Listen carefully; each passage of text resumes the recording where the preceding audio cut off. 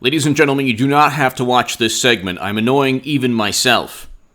You don't have to click on this video, watch it for a couple of seconds, and then say, I'm unsubbing! Or say, this is why your channel isn't growing as fast as you'd like. Or, face it, it's over. They've already picked their nominee. Or, H.A. Badman, you're an absolute lunatic for even thinking this is possible. Just if you continue watching, you asked for it. So, just enjoy. Hillary Clinton is the best candidate the Democratic Party has. By far. She's far superior to Botox Biden, the exhumed body, the cadaver that got Botox and plastic surgery, the person who thought that Arizona was a city, and the person who stated this is a Reuters YouTube segment, not any conservative site, Reuters, that he was running for Senate. We can go on forever. There's a new plagiarism scandal, and he's been plagued with this controversy since 1988. He was forced out of the campaign trail in 1988 for plagiarism. This is in addition to voting alongside Bush, Cheney, and Rumsfeld, and his role in turning Libya into a failed state along with Clinton and President Obama. I love how they talk about character and moral fiber. Hillary Clinton is by far the best candidate they have. By far. It's like night and day. I was quoted in NPR in 2016. I don't know if I've told you this. Look at the article below. It's in the pinned comment. NPR quoted me, and they quoted 538. 538 said all the data showed that Trump wouldn't be GOP nominee. I said Clinton would lose swing states. I looked at a different set of information, like the favorability ratings within swing states. The fact that swing state voters didn't find Clinton trustworthy in 2015, I said Clinton is unelectable because of favorability ratings and the fact that she would lose swing states. I was right. NPR quoted me. The link is below. I don't know if I told you this. Fast forward to 2020, I am telling you, I don't trust the Democratic Party as far as I could throw Jerry Nadler. They have something up their sleeve, or they can simply just set up a meeting. Tom Perez, everyone at the DNC, the brass, the wonderful chief strategists at the DNC, the smart Democratic strategists, and Washington Post. This is November 4th, 2017. Donna Brazil, I considered replacing Clinton with Biden. This is in the Washington Post, November 4th, 2017. NBC News book says Donna Brazil considered replacing Clinton. CNN, WAPO, Brazil mold trying to replace Clinton. New York Times, Donna Brazil reportedly pondered replacing Clinton with Biden. The fact that she was thinking of replacing Clinton with Biden doesn't make Biden viable in 2020.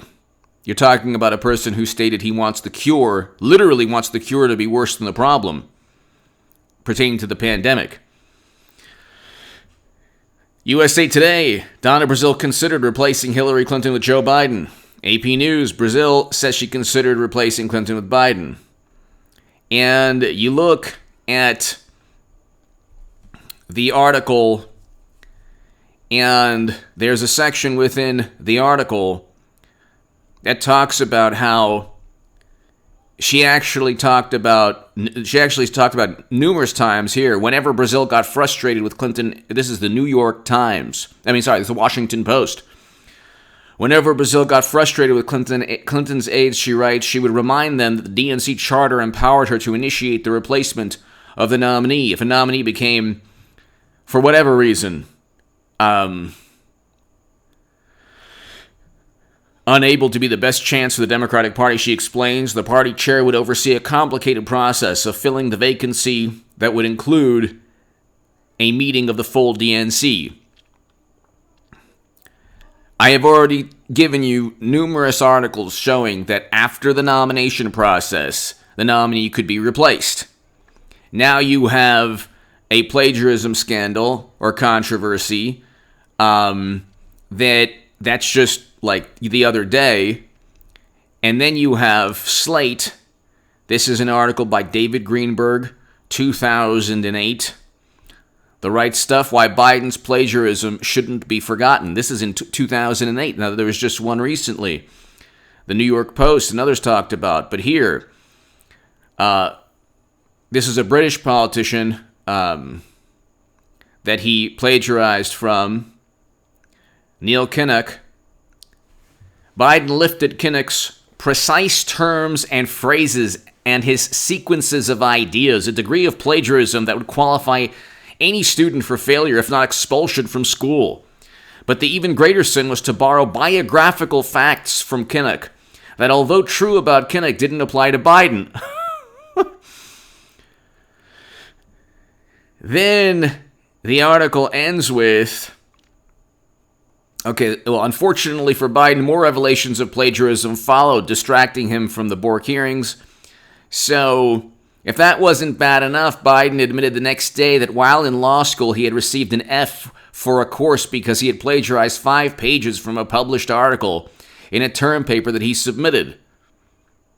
Nobody's perfect, but if plagiarism if this was a one-time occurrence, okay, forget about it. But if a politician running for president got an F, failed a law school class for plagiarism, then got kicked off the campaign trail in 1988 for plagiarism, and now there's a New York Post article talking about Biden and plagiarism, and this is like the least of his controversies. The other day they were saying, well, you see, the Republicans and Trump look pretty bad because, I mean, did you see he delivered a 20-minute speech? Yeah, aren't you regretting ever trying to demean his mental health? Look at those cognitive abilities now. It's like, no, you're actually dissing yourself. Do you understand? You're proving the point by being happy that he can deliver a 20-minute speech without meandering off to defeating cornflakes or talking about his leg hairs. Oh, yeah, those leg hairs. Oh, yeah, those leg and become erect. The man is a very slimy, when he's not trying to, just kind of place his paws, his love paws all over you and sniff you and caress you with his love and compassion and empathy. And NPR did what was it, NPR? They're like, aside from the unwarranted touching and groping, there's really no issue. I mean, I forgot exactly how they phrased it, but they're like, it's just an isolated incident, but in addition to the 8 or 9 people, or 7 or 8 people that also complained about unwarranted touching. I mean, do you understand they are propping him up with everything? The American media is basically a computer program run by Democrats who ran the same program in Iowa. So, 9 minutes in, they're going to ask Hillary Clinton, they're going to beg her, please save us. And it can simply be a meeting, because now the polls are tightening, and Biden is, and if I do this segment every day for the next, month before the debates, or even after the debates, you don't have to watch. This is a labor of love. Maybe I have, completely, no, I think that this is the most rational and sane viewpoint, considering the left is full of the biggest imbeciles on the planet. But aside from that, Clinton objectively is a superior candidate in every way. She has money, a lot of money, that they'll need about a month and a half, a week before the election. She can be the first female president on the centennial of the 19th Amendment. So, well, they already nominated Biden. Who cares? There is no nomination process. Why would you think this process is legitimate? It was a Zoom meeting that nobody saw, or that the viewership was down from 2016. Millions upon millions of people, less people, saw Biden than they did Clinton. Biden, there are no Biden voters. There are Bernie Sanders voters. There are definitely Trump voters. There are Jill Stein voters. There are Tulsi Gabbard voters. There are no Biden voters. There's no grassroots. Nobody ever said before 2020, gee, Biden would make a great president. Now, nobody really said that before President Trump campaigned, but the difference is Trump had a message. He's a great president. He's a wonderful president. The fact that he gives media and Hollywood and the intelligence community and the Lincoln Project fits is the only... When you have Max Boot, Bill Kristol, Dick Cheney, Bush, Rumsfeld, let's say Bush maybe is voting Republican, but whatever. When you have foreign policy analysts and professionals voting for Clinton. When you have all of these people who push for regime changes and never-ending quagmires where you send Americans off forever, and we have hundreds of thousands of traumatic brain injuries, PTSD cases of individuals who have night terrors, millions upon millions, hundreds of thousands of people have fought for this country honorably and have done a lot more for this country than Joe Biden. And they've sacrificed, and they now have night terrors or a whole bunch of other issues that they have to deal with in there because of Bush, Cheney, and Rumsfeld and people like President Obama. And we still have American soldiers off in these never-ending counterinsurgency conflicts where Democrats say, it's okay, just keep them there forever. And Trump is saying, no, Trump signed a deal to get us out of Afghanistan. Clinton would never have done that. Biden certainly would never do that. He'll be replaced by Clinton. Because she's a better candidate, and I don't trust the Democratic Party, but she's a better candidate, much better. She could make it close enough to where they could possibly cheat, but whatever. I'm trying to tell you, what's happening now is just part of the computer program. It's part of the matrix. But President Trump signed a deal in late February and early March to get us out of America's longest-running military conflict, and crickets. You hear nothing from the left. Nothing. The biggest hypocrites, the most disingenuous, dishonest, deceitful, sad, pathetic fools. And they don't care about keeping Americans off in very, very dangerous parts of the world forever. They liken it to Germany and Japan. No, it's not. These are counterinsurgency conflicts. American soldiers who have been there forever need to be home with their families, brought home. President Trump is setting the groundwork for that. He was the first, so he's reversed U.S. foreign policy. He's reversing U.S. foreign policy. Okay? First president to step foot in North Korea. President Moon Jae-in said he deserved the Nobel Peace Prize. We had record low black and Latino unemployment, record low national unemployment before the pandemic, and it's Democrats who say, well, we have to keep these, the economy shut down. Then they say, oh my God, the food lines. I say, well, we're saving people's lives. We have to keep the economy shut down. Protests, no problem. And then, oh my God, look at the bread lines, food lines. Oh my God. It's like, well, is there a middle ground maybe?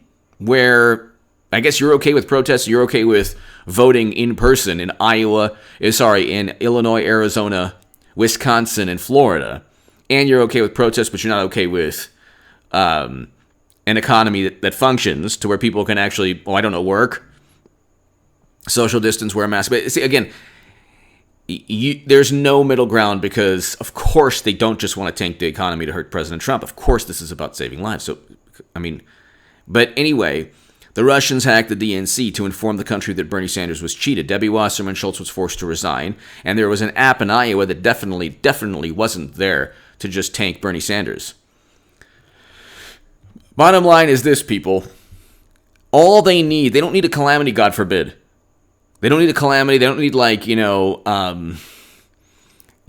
spacecrafts to come down and take over Earth. They don't need anything.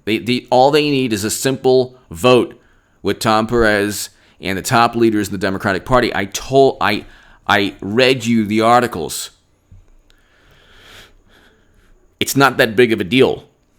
And I will have made the biggest political call of all time. And if not, let's just say they go with Biden, they lose the election. So they want to lose the election. They want Durham to continue indicting people. Does that make any sense to you or anyone? I'm going to do 1,000 of these just to annoy myself more than anyone else. Hillary Clinton has the gravitas. She has the money. She has the organic support. There are Clinton voters. They're the I'm with her crowd. They're the people against party unity. The party unity, my behind people, the Pumas. These are the same justice advocates who did not want to vote for America's first black president. These are the Democrats who said, no, I don't want to vote for President Obama. I'm not going to. This is, the Pumas in 2008. Look them up. Clinton has a strong base of support. She only lost by 70,000 votes. Okay? This entire thing has been the biggest charade of all time. They plugged in the computer program. The media just says, oh my God, Then they went with the charade. Oh yeah, Biden. Oh yeah, this is fine. He did a 20-minute speech. Fantastic. Yeah, well, there's plagiarism. And he's been, look, they asked him just today. They said, well, you're open to 8 years? Oh yeah, sure. Why not? Maybe, possibly. I mean, who goes into... Have you ever heard of a presidential candidate who said they're only going to go one term? Biden initially said he's only going to go one term. Have you ever heard of that? Who gets married to a person and says, gosh, honey, hopefully we don't get divorced within 5 years. Well, we probably will. But let's get married. This entire thing is the biggest charade of all time. And the rational way to view this is that Clinton will be asked by Tom Perez and others to please save the Democratic Party. So it could be AFC champion, NFC champion. So it could be, Raiders Vikings in the Super Bowl, or Raiders Redskins in the Super Bowl, or Raiders Eagles in the Super Bowl. But you want the AFC, you want the NFC.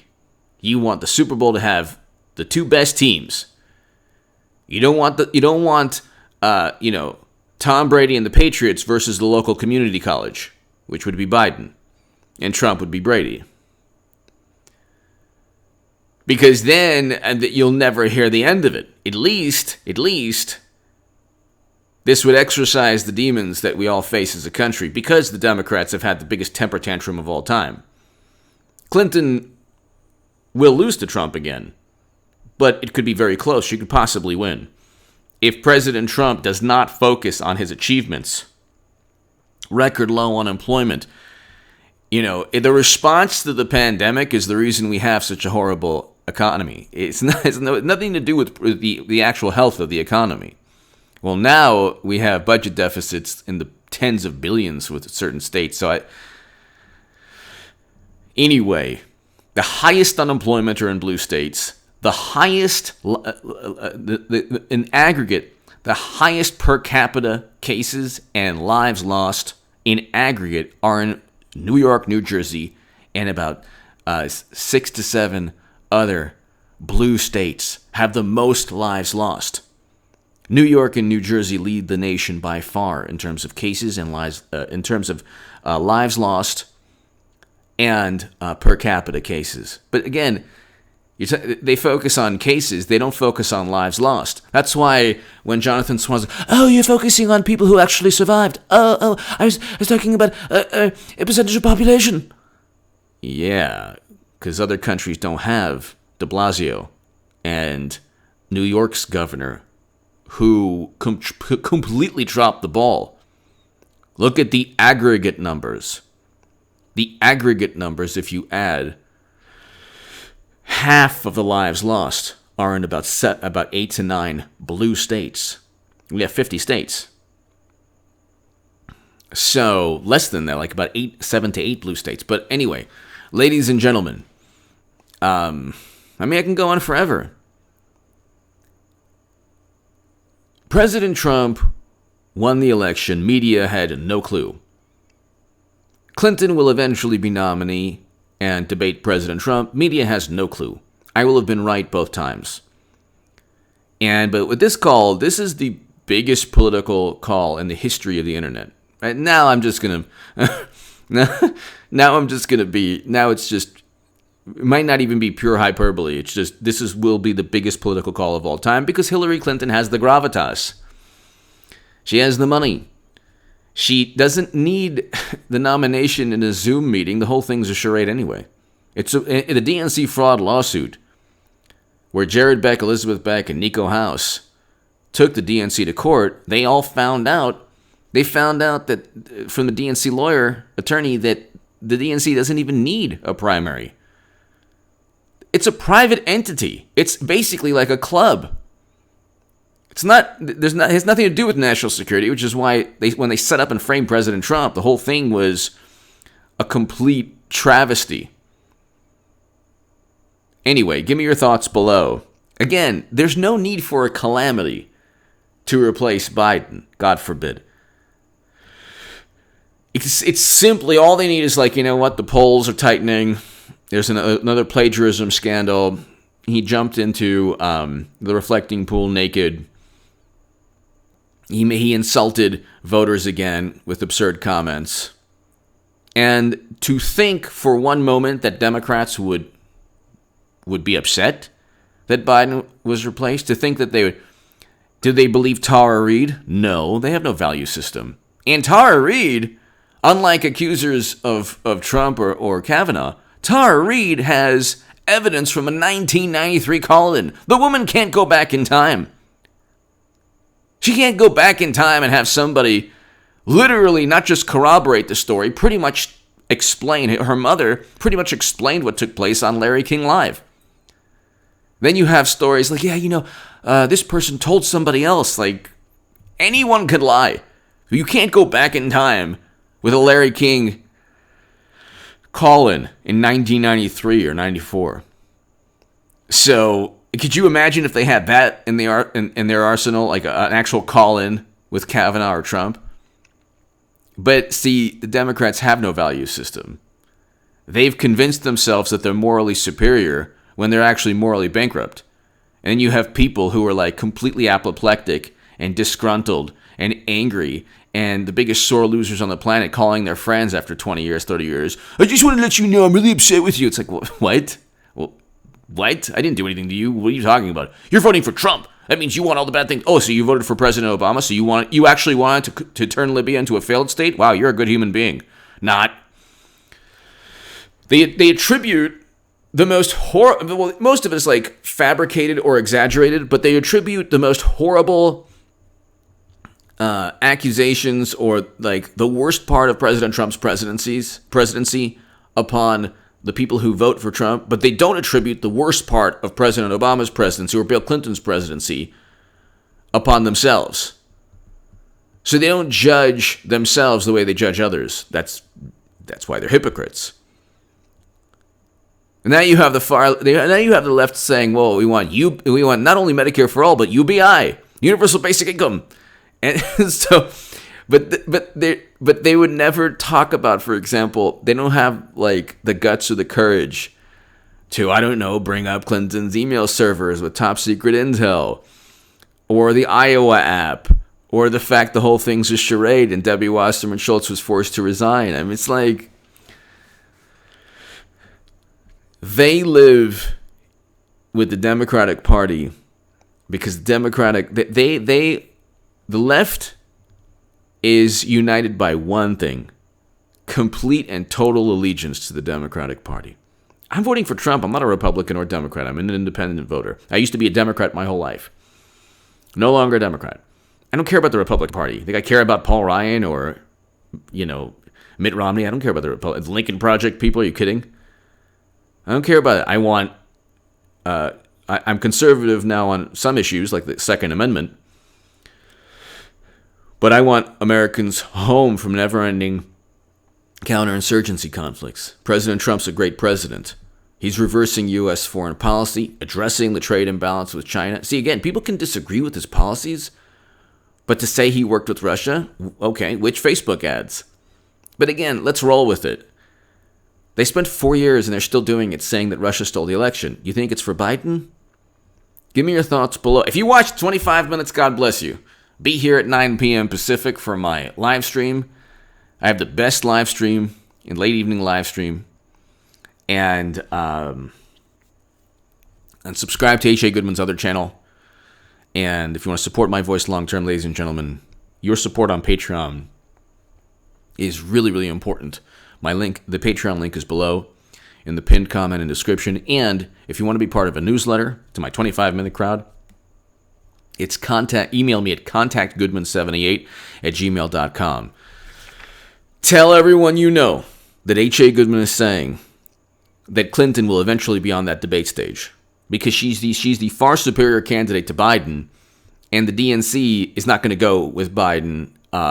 Or let's just put it this way: I don't know what's going to happen. Could be a meeting, God forbid. Could be something else. Who knows? I don't think a calamity. I'm saying could be donors or Tom Perez saying, "Gosh, we need." The polls are now tied. They're actually tied in battleground states. It doesn't matter. They'll eventually find a reason to replace the nominee. And I just told you, I just read you, there's a million articles saying that even Donna Brazil was thinking of doing that. Give me your thoughts below. They can do that. They will do that because with Biden, they lose miserably. Do you think they want the Durham probe to go after Comey or the Clintons? No. Give me your thoughts below. There's not a lot more than just the Durham probe. If they lose the election with Biden, they lose voters for a generation because they don't have anyone. They don't have anyone waiting in the wings. If they lose with Clinton, which they will, but they can at least say, we tried twice to give you the first female president, and America is just too full of misogynist, Russian, racist, postal serving, USPS hating people. Give me your thoughts below. Thank you so very, very much. Clinton is going to be on that debate stage with Trump. She's the only person who could debate Trump. If Biden debated Trump, it would be like a great white shark versus a guppy versus a goldfish. Biden being the goldfish. Give me your thoughts. Thank you.